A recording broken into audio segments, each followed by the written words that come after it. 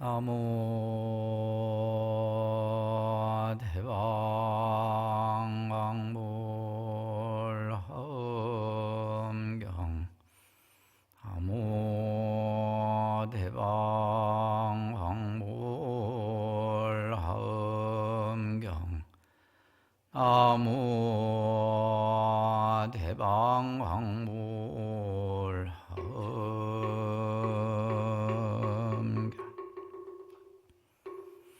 점심 공양들은 잘 하셨습니까?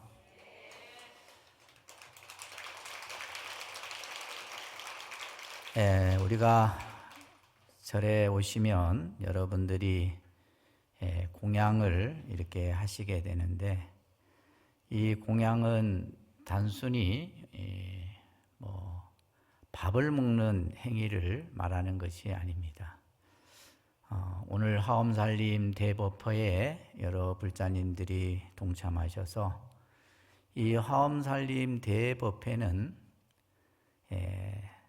시주자와 또 화주 여러 인연 공덕으로서 이 법회가 이루어지는데, 그 모든 분들이 올린 공양을 여러분들이 오늘 받으신 겁니다. 그래서 이 공양은 그냥 단순히 밥을 먹는 것이 아니고, 오늘 여러분들이 화엄살림 법회에 동참하셔서 드신 이 공양은 성근 공덕을 받는 그런 또한 인연이 되기도 합니다.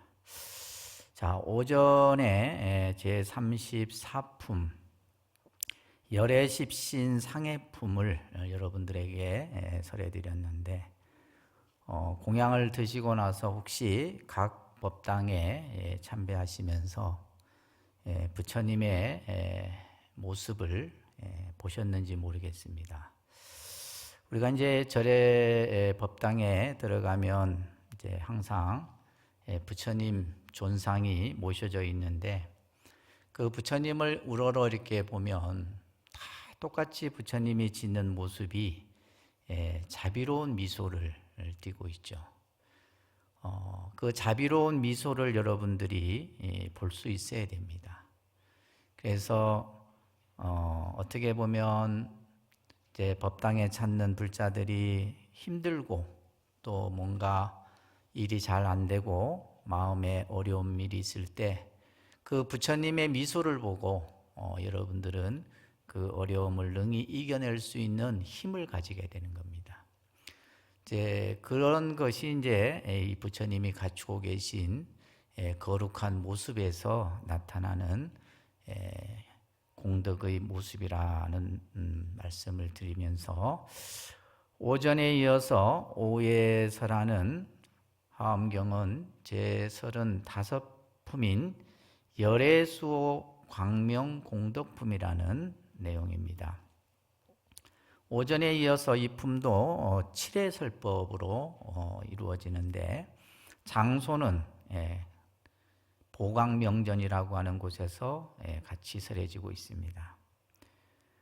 이 품은 열애가 갖추고 계신 거룩한 모습, 이 거룩한 모습을 수호라는 이제 한자어로 표현을 하는데, 이 거룩한 모습에서 광명이 나와 그 광명으로 얻어지는 공덕의 이익에 대해서 설하는 내용이 바로 열애수호 광명 공덕품입니다. 특히 이 열애수호 광명 공덕품은 설주가 앞에서는 오전에서는 보현보살이 설주가 되었는데, 이 35품에서는 서가모니 부처님께서 직접 설하는 설법이 되겠습니다. 이 화엄경이 전체 많은 설법의 이 내용들이 나오는데, 그 중에서도 이제 이 부처님께서 직접 서가모니 부처님께서 설하는 설법이 그리 많지 않습니다. 오전에 말씀드렸듯이 대부분의 법문이 보살들에 의해서 설해지죠. 그런데 이 열애수호 광명 공덕품은 서가모니 부처님께서 직접 설하는 설법인데, 여기에서 또 이제 우리가 중요한 것이 뭐냐면, 서가모니 부처님께서 설법을 하시지만 이제 천상에 저 하늘의 북의 있는데 그 북에서 소리가 납니다. 이 하늘 북의 소리에 의해서 또 이제 설법이 설해지는 이런 이제 장면들이 이 지금 35품에서 나오는 내용이라는 것을 먼저 말씀드리면서 경문을 한번 같이 설해 드리도록 하겠습니다. 자, 합장하시고요. 그때 세종께서 보수보살에게 말씀하여 따불자야 열애 은공정 등각에게 거룩한 모습이 있으니 이름은 원만왕이요 거룩한 모습에서 근광명이 나오니 이름이 지성이라 700만 하승지 광명으로 군속이 되었느니라. 불자야 내가 보살이었을 때에 도설천궁에서 근광명을 놓았으니 이름이 광명당기왕이며 열부처님 세계의 작은 미진수 세계를 비추었느니라. 그 세계의 지옥 중생으로서의 광명을 만나니는 모든 고통이시고 10가지 청정한 눈을 얻었으며 깊고 혐음 뜻도 또한 그와 같아서 즐거운 마음으로 뛰놀며 좋아하였느니라.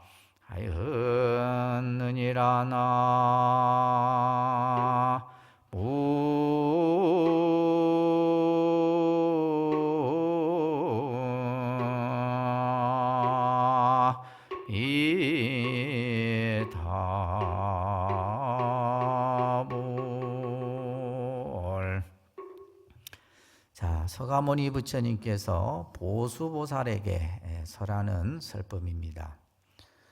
여기에서는 열애의 거룩한 모습의 이름과 광명의 이름이 설해지는데 이 거룩한 모습의 이름이 원만왕이라는 이름으로 설해지고 있고요. 광명의 이름은 치성이라는 광명 이름입니다. 또한 부처님이 보살로 수행하실 때 저 도솔천 천상세계 가운데 한 이름이죠. 이 도솔천궁에서 광명을 놓으시니 또한 이 이름이 광명당기왕이다. 아마 불자님들이 처음 듣는 생소한 이름일 것입니다. 자, 여기에서 이제 이러한 각각의 거룩한 모습과 광명의 이름과 이제 이런 내용들을 설명하시면서 이 광명의 빛으로 저 고통에서 지옥에서 고통받는 중생들이 그 고통으로 벗어나게 됐으며 또한 그 지옥 중생들의 육근의 업이 청정해진다라는 내용의 설법입니다. 오전에도 이제 말씀드렸듯이 이 화엄경은 광명을 이렇게 바라는 이것을 이제 방광이라고 이렇게 말씀드렸죠. 그래서 여러 부처님의 그 몸에서부터 광명이 나옵니다. 그래서 때로는 뭐 발바닥에서 나오기도 하고 또 이 이마 정수리에서도 방광이 나오기도 하고 여러 신체에서 광명이 나오는데 또 그 광명으로부터 여러 세계가 펼쳐져요. 그 광명 속에서 또 수많은 세계가 펼쳐져 보이고 또 그 광명 속에서 또한 설법이 이루어지는, 그러니까 우리가 이제 중생의 입장에서 볼 때는 이 광명 자체도 신기한데 그 광명의 빛에서 설법이 설해지고 또 여러 세계가 펼쳐지는 이런 모습들은 우리들의 생각으로는 미칠 수 없는, 그죠? 헤아릴 수 없는 그런 이야기들입니다. 특히 이제 이 화엄경의 주불이신 비로자나 이 법신불 부처님은 그 근본이 바로 광명의 빛이라는 의미를 가지고 있죠. 그래서 이 광명의 빛은 어떤 의미를 가지고 있느냐? 바로 지혜의 광명이다. 또 공덕의 광명이며 이것은 바로 행복의 광명이다라는 의미로 우리가 이해하면 좋을 듯 싶습니다. 우리가 이제 광명이라는 것은 어둠을 환하게 비추는 그런 작용을 하고 있죠. 그래서 이제 우리가 사찰에서 보면 등을 올리는 것도 그렇고 초를 밝히는 것도 그렇고 이제 여러 가지 이런 어떤 광명을 상징하는 이런 불구들을 우리가 많이 사용을 합니다. 그런데 이제 이 세상을 환하게 비추는 이 광명은 그 빛이 비치지 않는 곳이 없다 그래요. 그래서 이제 우리가 비로자나 불을 이제 바이로차나 이렇게 이제 설명을 하는데 바로 이 의미가 바로 광명변조다. 광명의 빛이 두루 비춘다라는 그런 의미를 가지고 있습니다. 이제 우리 이 통도사에는 법당 이설법전 저쪽 뒤쪽에 가면 이제 대광명전이라고 하는 정각이 있죠. 그 대광명전에는 이제 바로 비로자나 부처님이 주불로 모셔져 있습니다. 그래서 이제 이 대광명, 그래서 이제 비로자나 부처님이 바로 이제 그 의미하는 것이 바로 이 광명이다라는 거예요.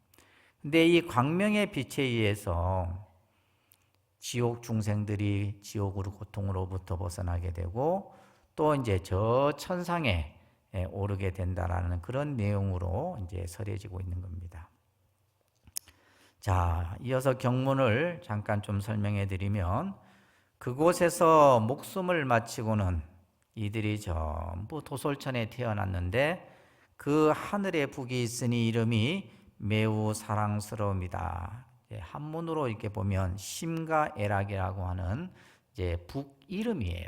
하늘 북의 이름인데 이제 이 북의 이름을 설명하면서 저 천자가 태어난 뒤에 저 도솔천에 태어난 뒤에 이제 북이 소리를 내어서 이제 지금부터는 북이 이제 말을 하는 겁니다. 하늘 북이 천고라고 이렇게 되어 있는데 하늘 북이 이제 우리들에게 설법의 가르침을 줍니다. 여러 천자들아 저는 마음이 방일하지 않고 열애가 계신 곳에서 온갖 성근을 심었으며 옛적에 여러 선지식을 친근히 하였으므로 비로자나의 위실력으로 저곳에서 목숨을 마치고 이 하늘에 태어났느니라. 자, 지금 이제 하늘의 북이 이제 소리를 내서 법을 설하는데, 그러니까 지금 이제 이 열애수호 광명 공덕품은 서가모니 부처님께서 설법을 보수보살하게 설하지만 이 바로 이제 북이 또 이제 설법을 하고 있는 그런 내용이라고 이해하시면 됩니다.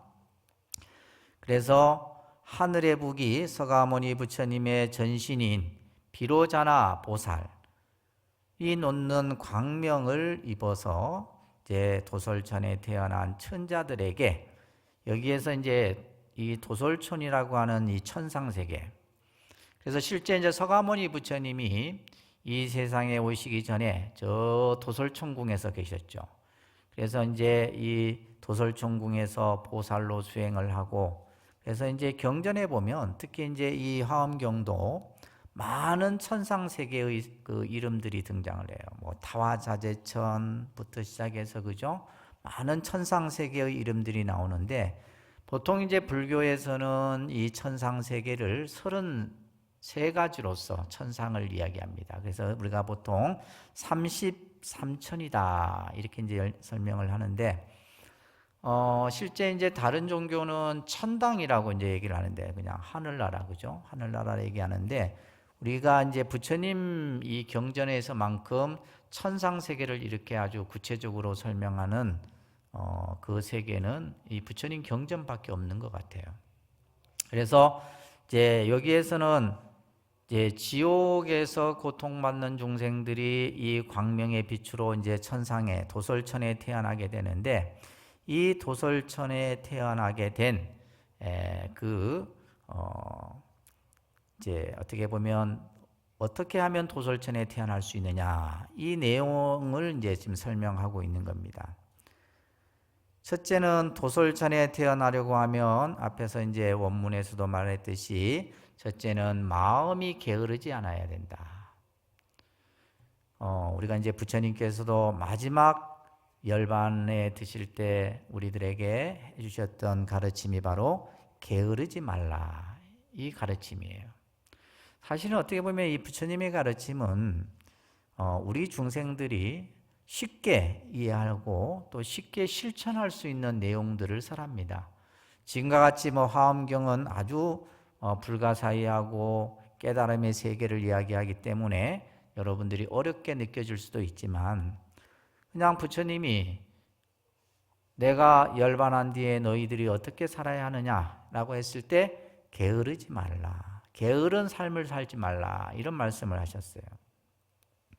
그래서 지금 여기에서도 지금 천상세계 태어나기 위해서는 첫째, 마음이 게으르지 않아야 된다. 두 번째는 부처님이 계신 곳에서 성근을 심어야 된다. 성근. 우리가 이제 이 화엄경에 보면 성근이라는 것은 착한 선한 인연 공덕을 심는 그 뿌리를 이제 선근이라고 합니다. 좋은 인연 공덕을 심는 것. 그러니까 이제 여러분들이, 우리 불자들이 절에 가서 기도하고 수행하고 부처님께 예배하고 공양하고 찬탄하는 것, 이 모든 신앙의 생활이 전부 뭐냐면 성근 인연을 짓는 겁니다. 여러분들이 절에 가서 하는 모든 신앙 생활이 뭐냐면 좋은 인연 공덕을 자꾸 짓는 거예요. 그래서 이제 그 인연 공덕이 나중에 이제 결과로서 만들어져야 되겠죠. 그러니까 인을 심어서 그 인이 결국 과가 만들어질 수 있도록 만들어야 된다, 이 말이에요. 그래서 이러한 성근 인연 공덕을 심어야 된다. 세 번째는 선지식을 챙겨내야 된다. 우리가 이제 내일부터 여러분들이 이제 보현행원품에 들어가게 되면 이제 보현행원품, 그 다음에 또 입법계품, 이게 이제 점점 이제 화엄경 마지막 가르침의 단계로 들어가시게 되는데, 바로 53선지식이라고 하는 선제동자의 구법의 설법이 또 여러분들에게 설해질 겁니다. 여기에서도 이제 선지식에 대한 얘기가 나오는데, 항상 선지식은 뭐요? 선지식이라는 것은 나를 올바른 길로 인도해 주는 일을 전부 선지식이라 합니다. 그래서 항상 선지식을 가까이 해야 된다, 이 말이에요. 그래서 선지식이 내가 올바른 길을 갈 수 있도록 해주는 큰 안내자와 같은 역할을 하는 이가 바로 선지식이에요. 그래서 어떻게 보면 우리가 살아가는 데 있어서 내 주변에 도반을 비롯해서 가족을 비롯해서 모든 이들이 나의 선지식이에요. 선지식만 있는 것이 아니라 악지식도 있다, 이 말이에요. 반대로 악지식은 나를 이제 잘못된 길로 이끄는 일을 우리가 이제 악지식이라 얘기를 하죠. 근데 지금 우리가 이제 도솔천에 태어나려고 하면 바로 선지식을 가까이 해야 되고, 그리고는 네 번째가 부처님의 위실력에 의해서 우리는 천상에 태어날 수 있다. 이런 이제 설법이 북에서 나는 소리예요. 하늘 북에서 이런 이제 설법을 하면서 좀 더 이어서 한번 또 보도록 하겠습니다.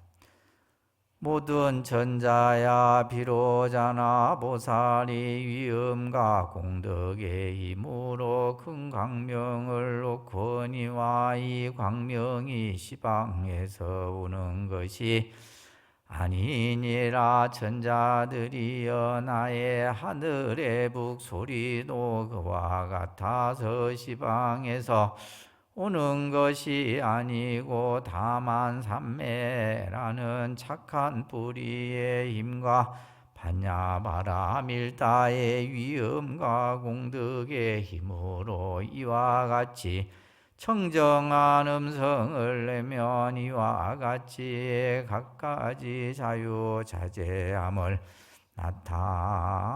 나타내느니라. 이제 하늘북이 계속 법을 설합니다. 이제 여기서 말하는 천자라는 것은 이제 도솔천에 태어난, 도솔천에 이제 천상 세계에 있는 이들을 이제 전부 일컬어서 말하고 있습니다. 비로자나 보살이 위엄과 공덕의 힘으로 큰 광명을 놓는데, 이 광명은 어디에서 정해진 어떤 공간에서 나오는 광명이 아니라 전부 이 광명이 나올 수 있는 것은 바로 삼매의 선근의 힘과 반야바라밀의 위엄과 공덕의 힘에 의해서 이러한 광명의 빛이 생겨난다, 이렇게 설하고 있는 겁니다. 그러면서 여기에서 음성이 설해지고 또 자유자재한 그러한 모습들이 나타난다. 또한 이제 이 북소리에서 어떤 설법이 설해지냐면, 모든 전자들이여 그대들은 저 보살에게 가서 가까이 모시고 공양할지언정 오용락의 즐거움에 담착하지 말라. 이 5가지 웅락에 담착하면 모든 성근을 장애하게 되느니라. 모든 천자들이여 비유하자면 마치 겁의 끝에 불이 숨이 산을 태울 적에 모두 태워버리고 남는 것이 없는 것과 같으니, 탐욕이 마음을 얼른 것도 또한 그와 같아서 마침내 부처님을 생각할 뜻을 내지 못하느니라. 앞에서는 이제 비로자나 보살이 광명을 놓는 그 공덕과 위엄에 대해서 말했다라면, 여기에서는 이제 아주 중요한 설법이 설해집니다.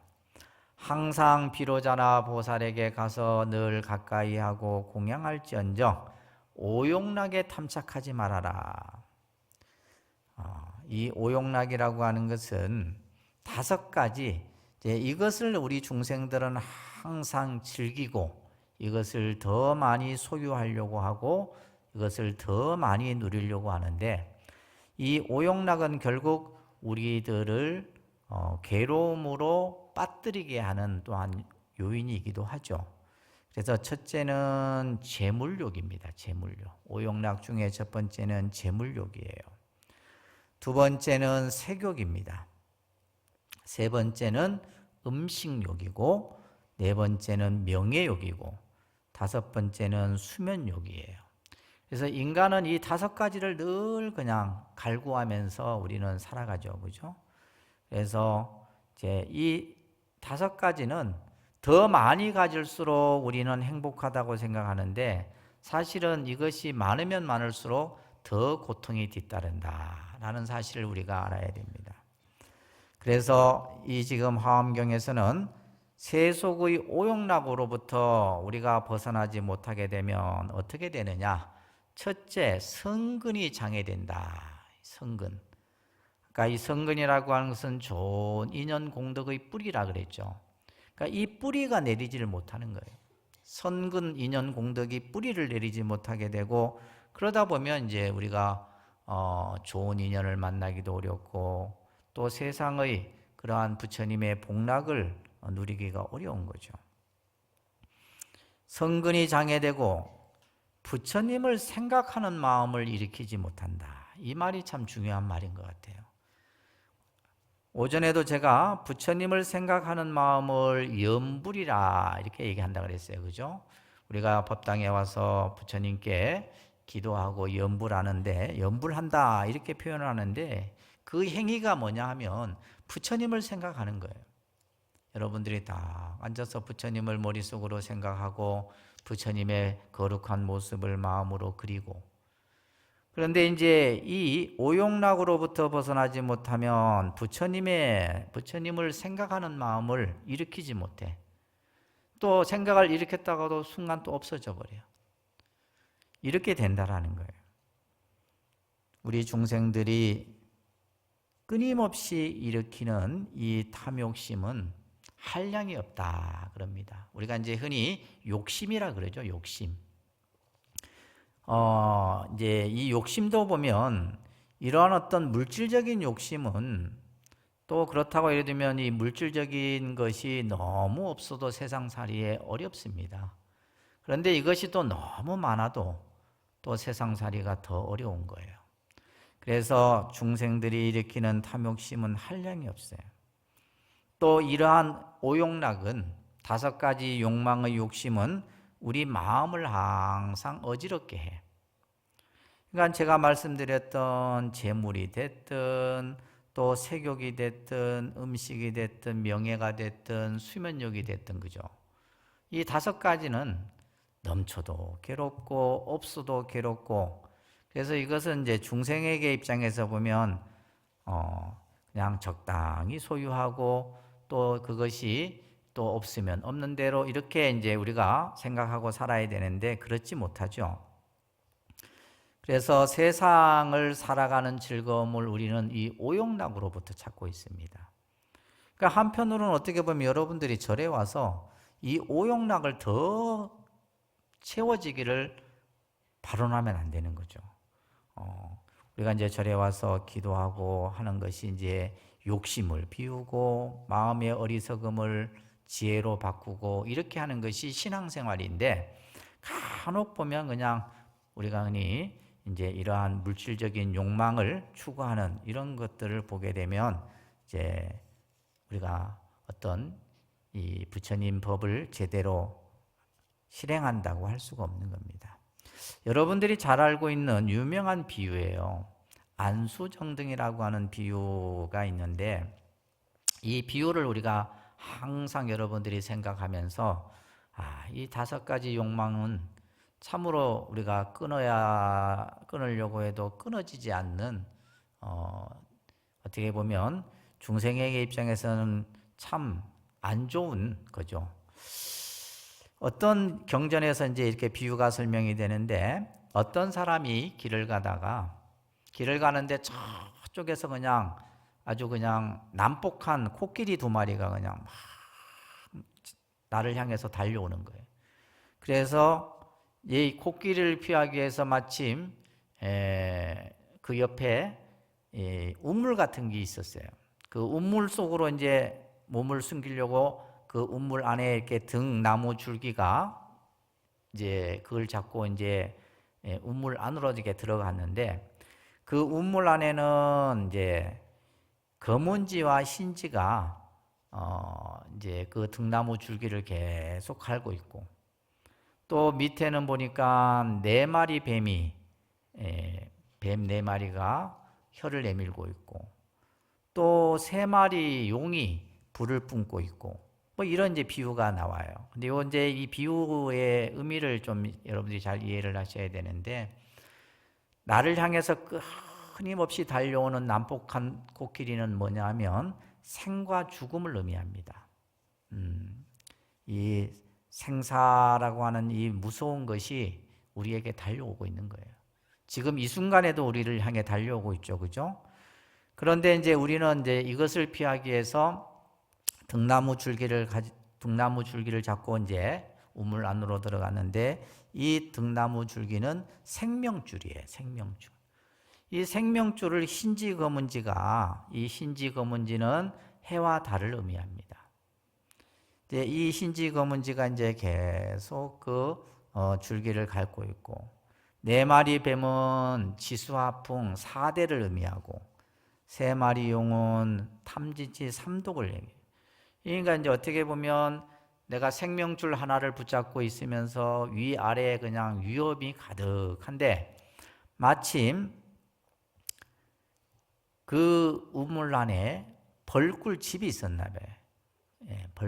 벌이 이제 집을 지어놓고 있는데 그 벌집에서 꿀이 한 방울 떨어지는데 자기가 그 위험에 처해 있는 상황도 모르고 이 사람은 그 벌집에서 떨어지는 꿀맛에 취해갖고 지금 자기가 어떤 상황에 처해져 있는지를 모르고 있는 그 비유가 유명한 안수정등의 비유죠. 그러니까 우리가 어떻게 보면 지금 이 세상을 살고 있지만은 앞으로도 뒤로도 위로도 아래로도 그죠? 정말 위험한 상황에 있음에도 불구하고 우리는 끊임없이 이 꿀방울이 뭐냐 하면 오용락이에요. 끊임없이 재물을 내가 더 가지려고 하고 더 오래 살려고 하고 그죠? 그냥 틈만 나면 뭔가를 자꾸 채우려고 하고 이런 것들을 잊고 우리가 살아가고 있는 것이다. 그래서 지금 이 화엄경에서도 오용락에 탐착하지 말아라. 오용락의 즐거움을 탐착하지 말아라는 이 설법이 설해지는 겁니다. 그러니까 이 생각을 가지게 되면 이제 부처님을 생각하는 마음이 점점 그 생각을 일으키지 못한다라는 얘기를 하고 있는 겁니다. 또 그러면서 경에 보게 되면 모든 천자들이여 너희들은 마땅히 은혜를 알고 은혜를 갚아야 하느니라. 이 은혜에 대한 얘기가 또 설해지고 있어요. 천자들이 어떤 중생이나 은혜 갚은 줄을 알지 못하면 흔히 행사를 만나 지옥에 태어난다. 그래서 은혜를 잊고도 은혜를 알지 못하는 사람은 지옥의 고통에 빠진다. 이 얘기를 하고 있는 겁니다. 여러분들 알다시피 불교는 은혜를 굉장히 중요하게 부처님께서 경전에서 말씀하시죠. 그래서 우리가 이제 4가지 은혜를 경전에서 여러 경전에서 설명을 합니다. 다 알고 계시죠? 첫째는 부모의 은혜입니다. 부모의 은혜. 부모의 은혜는 이거는 말로 안 해도 여러분들이 그 은혜가 얼마나 지중한가를 아실 겁니다. 둘째는 중생의 은혜예요. 중생의 은혜. 중생의 은혜라는 것은 나를 중심으로 해서 모든 내 주변에 있는 모든 이들을 다 말해요. 그래서 이것은 산천초목 심지어 미물에 이르기까지 그 모든 이들에게 다 감사하는 거죠. 그러니까 우리는 사실 어떻게 보면 우리가 살아가는 데 있어서 이게 환경적인 조건, 예를 들면 물이 있어야 되고 공기가 있어야 되고 햇빛이 있어야 되고 그죠? 그러니까 그런 것조차에도 사실은 다 우리는 은혜를 잊고 살아가는 거죠. 그래서 이것이 바로 중생의 은혜입니다. 또 여러분들이 세상을 살기 위해서는 그죠? 또 수많은 보이지 않는 그러한 인연의 은혜 속에서 우리는 살아간다 이 말이에요. 이게 전부 중생의 은혜입니다.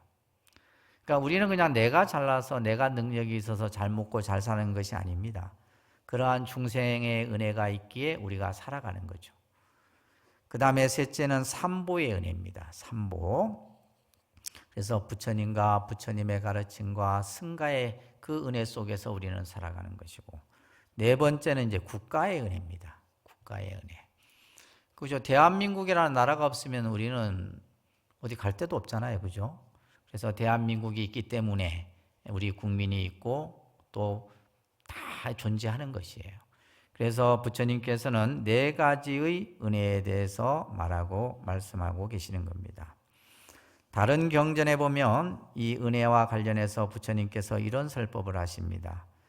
은혜를 알고 은혜에 보답하는 것이 보살행이니 이것은 불종자를 끊지 않기 때문이며, 은혜를 아는 자는 응당 최상의 보리심을 내며 또 은혜를 보답하는 것은 모든 중생으로 하여금 보리심을 내게 하는 것이다. 이런 이제 설법이 경전에서 설해집니다.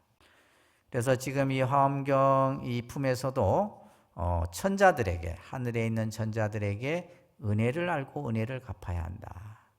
그래서 우리 불자님들도 우리가 이제 우리 스님들은 시주의 은혜를 항상 중하게 여깁니다. 시주 단월의 은혜에 대해서. 그래서 우리가 이제 이 불자로서 신앙생활을 해 나가는 데 있어서도 보이지 않는 그러한 수많은 은혜 속에서 내가 살아간다.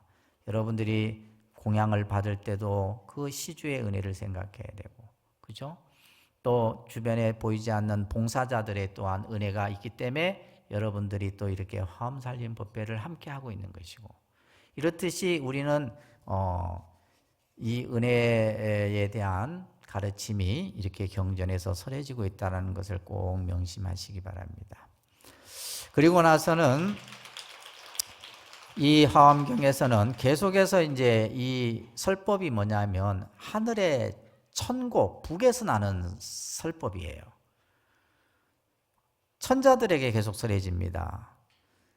모든 천자들이여 그대들은 마땅히 안욕 따라 삼맥삼보리의 마음을 내고 뜻을 깨끗이 하여 좋은 위에 머무르며 일체 업의 장애와 번뇌의 장애와 과보의 장애와 소견의 장애를 뉘우쳐야 하리니 온 법계 중생의 수와 같은 몸과 온 법계 중생의 수와 같은 머리와 온 법계 중생의 수와 같은 혀와 온 법계 중생의 수와 같은 착한 몸의 업과 착한 말의 업과 착한 뜻의 업으로 여러 가지 장애되는 허물을 참회하도록 해라.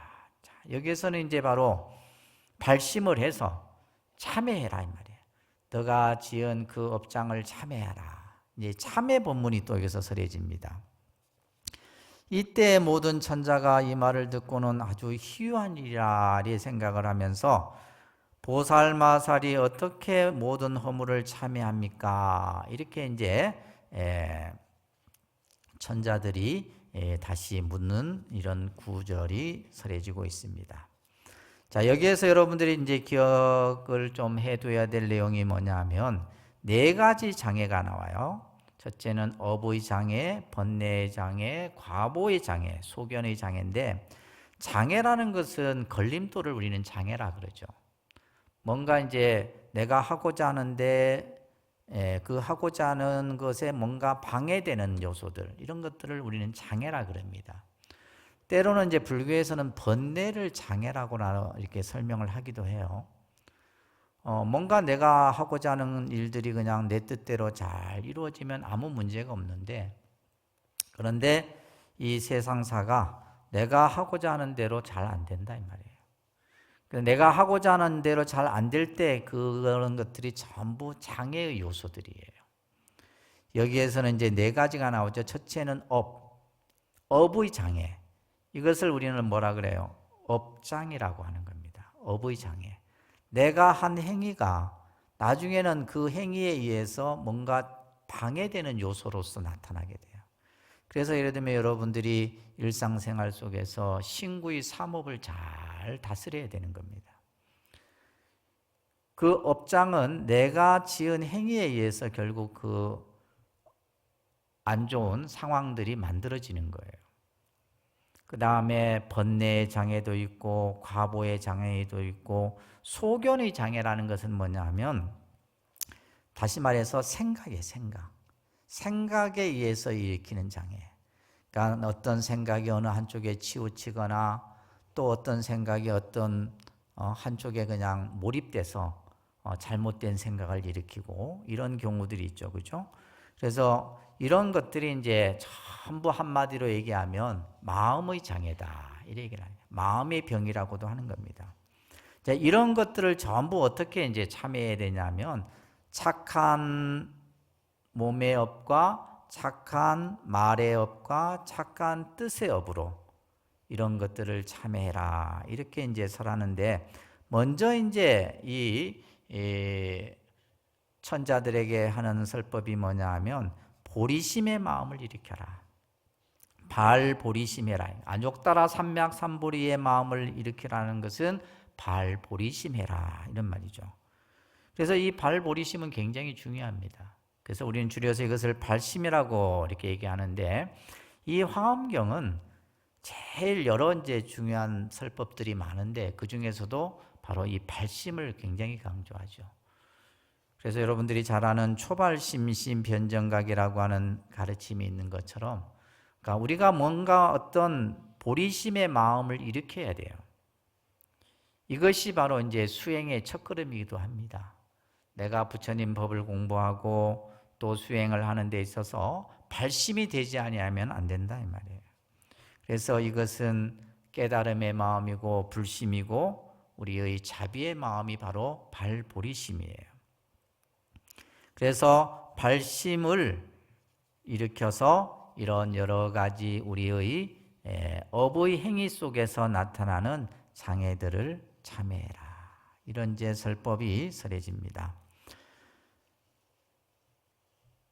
그때에 하늘북이 보살 삼매의 성근의 힘으로 고하여 말하였습니다. 모든 천자들이여, 보살은 모든 업이 동방으로 오는 것 아니고 남방, 서방, 북방과 내간방과 상방, 하방으로 오는 것이 아니지만은 함께 쌓여 마음에 머무르는 것은 다만 뒤바뀜으로 생기는 것이며 머무는 데가 없는 줄을 아나니, 보살은 이와 같이 결정하여 밝게 보고 의혹이 없게 하느니라.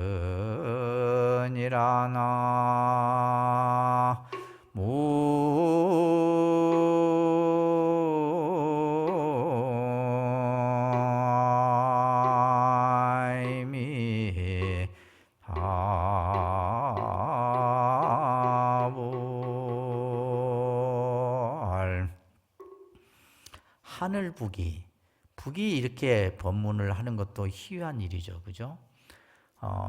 원래 지금 이 품은 서가모니 부처님께서 설법을 하는 내용인데, 그 설법 중간에 이제 저 도솔천에 하늘세계 하늘천고가 여러 이제 설법들을 이렇게 하고 있습니다. 자, 보살은 우리가 이제 이 업을 짓게 되는데, 그 업이 어디로부터 어디 방위를 정해놓고 업이 나타나는 것이 아니다 이 말이에요. 이것은 함께 쌓여 머무르게 되는데, 다시 말해서 업이라는 것은 내가 한 행위는 그 행위가 계속 쌓이는 거예요. 그죠? 우리가 어떤 행위의 동작이 반복돼서 계속 이제 그런 똑같은 반복되는 동작을 하는 것처럼 이 업도 마찬가지로 쌓인다라는 겁니다. 그래서 이제 우리가 업이 쌓이는 것을 업장이다라고 얘기를 한다 그랬습니다. 앞에서도, 그죠? 그래서 이렇게 함께 쌓여 머무는 것은 바로 무엇 때문이냐? 뒤바뀜으로 생기는 것이다. 뒤바뀜. 이것을 이제 전도몽상이라는 이제 이런 표현을 우리가 불교에서 많이 씁니다. 전도. 다시 말해서 생각이 뒤바뀌어져서, 그러니까 우리가 예를 들면 좋은 생각을 일으켜야 되는데 순간 잘못된 생각이 탁 일어나요. 이것을 이제 전도라는 거예요. 그러니까 우리가 예를 들면 똑같은 마음을 내더라도 어떨 때는 좋은 마음을 우리는 냅니다. 좋은 생각도 하고 좋은 말도 하고 이렇게 하다가 속된 말로 수가 틀리면 그냥 생각이 탁 뒤바꿔져 버려요. 잘못된 생각이 탁 일어나 버리는 거예요. 이게 바로 전도다, 이렇게 이제 표현을 하는 것인데, 바로 이렇게 업이 쌓여 모이는 것은 바로 뒤바뀜으로 인해 생기는 것이다. 그렇기 때문에 보살은 이와 같은 것을 밝게 보고 이것을 분명히 알아야 된다, 이런 이제 말씀을 여기에서 하고 있습니다. 자, 그래서 이제 우리가 앞에서 이제 여러 가지 허물과, 그죠? 장애되는 일을 참회해라, 이렇게 이제 참회의 가르침을 설하고 나서 결국 뭐예요? 우리의 잘못된 한 생각이 모든 업을 짓는 겁니다. 그래서 우리 불자님들은 일상생활 속에서 매사에 자기가 생각하고 말하고 행동하는 데 있어서 그 한 생각을 잘 하셔야 돼요. 한 생각을 어떻게 하느냐에 따라서 어떻게 되겠습니까? 선업이 될 수도 있고 악업이 될 수도 있는 거예요. 어떤 사람에게는 좋은 영향을 끼칠 수도 있고 어떤 사람에게는 피해를 줄 수 있는 거예요. 그래서 우리가 이제 흔히 선에서도 이제 그런 말을 하지만은 불교 공부는 한 생각 공부다, 이런 얘기를 합니다. 여러분들이 이렇게 화엄경을 듣고 또 기도와 신앙생활을 하는 것은 한 생각을 잘 쓰기 위해서다. 이 한 생각 공부입니다. 그래서 일념 공부다라고 얘기하는 거예요. 일념 공부. 한 생각이 뒤바뀌지 않도록, 잘못되지 않도록 그 한 생각을 잘 쓰는 것, 이것이 불자의 생각이어야 됩니다. 근데 이제 우리는 보면 그 한 생각을 바로 잘 써야 되는데 순간 마음이 미혹해 버리는 거예요. 마치 이제 현실을 바로 보지 못하고 마치 그냥 꿈속과 같이 그냥 잘못되게 생각함으로 인해서 우리 생각을 미혹되게 하는 것이다. 우리가 짓는 죄와 허물이라고 하는 것은 본래 그 성품이 없다 얘기를 합니다. 결국 뭐냐면 내 마음의 한 생각이 일어남으로 인해서 죄가 일어나는 거예요. 그래서 여러분들 천수경에 보면 재무자성 종심기다. 죄라고 하는 것은 마음을 쫓아서 일어나는 거다. 허물도 마찬가지고. 그래서 우리가 이제 마음을 잘 써야 되는 겁니다. 그러니까 마음을 우리가 잘 쓰다 보면 죄와 허물 또한 다 본래 공한 상태로 돌아가 버리는 거예요. 이것이 이제 진정한 참회다라는 설법들을 우리는 이제 공부를 하게 되는 거죠. 자, 이 지금 열애수호 광명공덕품은 계속해서 지금 이제 이 법이 설해지고 있는데, 이제 비로자나 보살이 또 중생을 교화하는 이런 이제 설법도 설해지고요. 또 이제 천상의 북이 법을 듣고는 이익을 얻는, 그래서 이제 열애 수호 공덕 광명 공덕품이라 했잖아요, 그죠? 그래서 어떠한 그 공덕의 이익을 얻는가 이런 것들에 대한 얘기가 쭉 설해지는데 너무 내용이 많아서 조금 줄여서 좀 설명을 드리겠습니다. 그때 모든 천자들이 보현보살의 강대한 행운을 들었으므로 십지를 얻은 까닭과 모든 힘으로 장엄한 삼매를 얻은 까닭과 중생수와 같은 청정한 삼업으로서 일체 모든 무거운 업장을 참여하여 제거한 까닭으로 백천억 나유타 부처의 세계의 작은 먼지수와 같은 칠보 영꽃을 보았는데 거기에 낱낱 꽃 위에 보살이 가보자 하고 앉아서 큰 광명을 놓았고 저 보살의 낱낱 거룩한 모습마다 중생수와 같은 광명을 놓고 그 광명 속에 중생수와 같은 부처님들이 다 가보하고 앉아서 중생의 마음 따라 법을 설하지만은 오히려 때를 여인 삼매의 일부분 힘도 아직 나타내지 못하였느니라. 이런 이제 구절이 이제 이 하늘의 천자들이 지금같이 쭉 이러한 설법을 듣고는 부처님을 뵙는 이런 장면이 여기에서 설해지는 겁니다. 그래서 이제 청정한 신구의 삼업을 닦아 모든 업장을 다 참여함으로 인해서 저 연꽃 위에 앉아 있는 보살들의 가부좌하고 있는 모습을 보고, 그죠? 또 중생수와 같은 낱낱의 그러한 부처님들이 가부좌를 하고 앉아 있는 이러한 모습들을 다 친견을 하는 거예요. 그래서 이제 하늘의 천자들이 보살과 부처님의 모습을 다 친견을 하는 이런 내용이 설해집니다. 그러면서 이제 향기를 맡아서 이익을 얻는 내용도 나와요. 그래서 이제 꽃향기가 중생의 몸에 닿기만 닿아도 향기만 맡아도 이제 모든 업장이 다 소멸되고 또 이제 선정에 또 들어가기도 하고 또 어떤 내용이 나오냐면 일산이라는 것이 있는데 이건 뭐냐 해를 가리는 이제 그런 장업용 기구인데 그걸 보고도 이익을 얻는다. 그래서 일산을 보는 이는 이제 모래수만큼의 성근을 심게 된다. 이런 이제 설명들이 쭉 설해지고 있습니다. 그러면서 한량없는 부처님의 세계를 과연 헤아릴 수 있겠느냐라고 하는 이제 마지막 내용들을 조금 줄여서 설명을 드릴게요.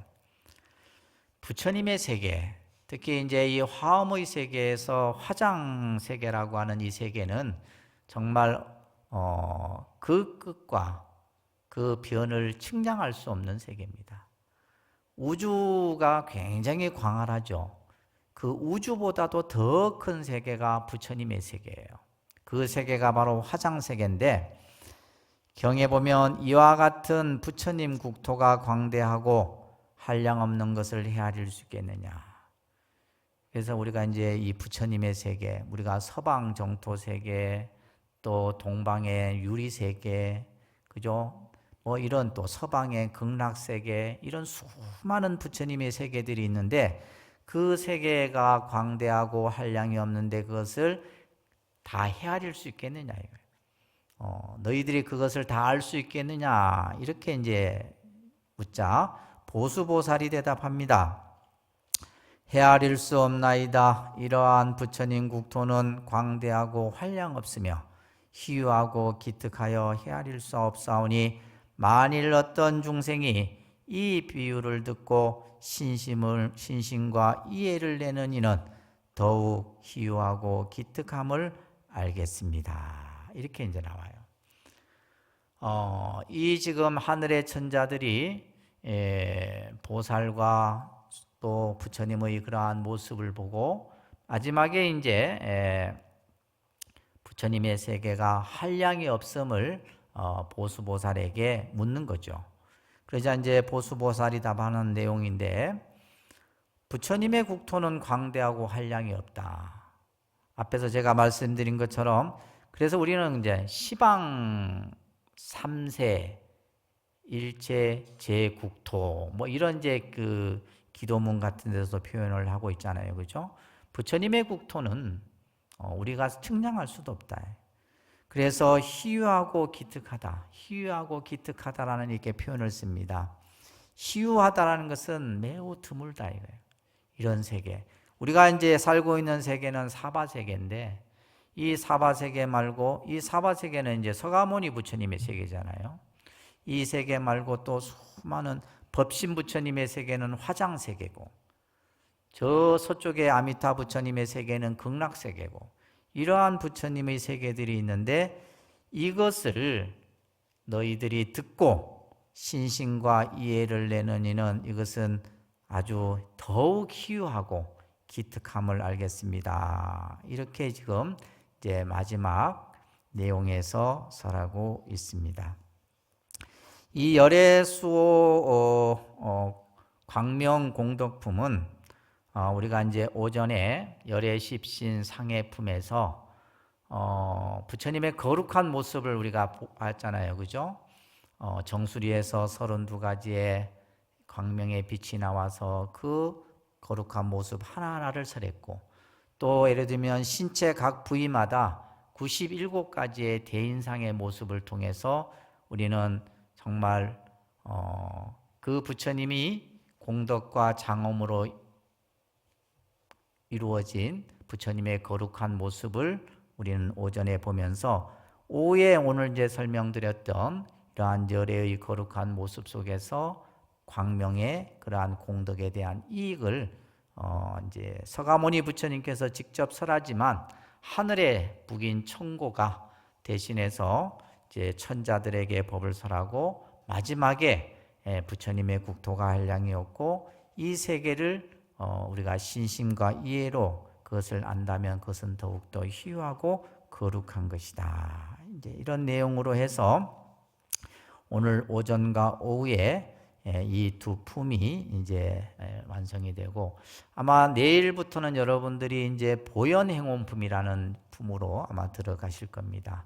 그래서 이제 더 이제 지금까지 들었던 화엄경의 내용을 바탕으로 해서 이제 내일부터는 이제 실천으로 들어가는 거예요. 실천으로.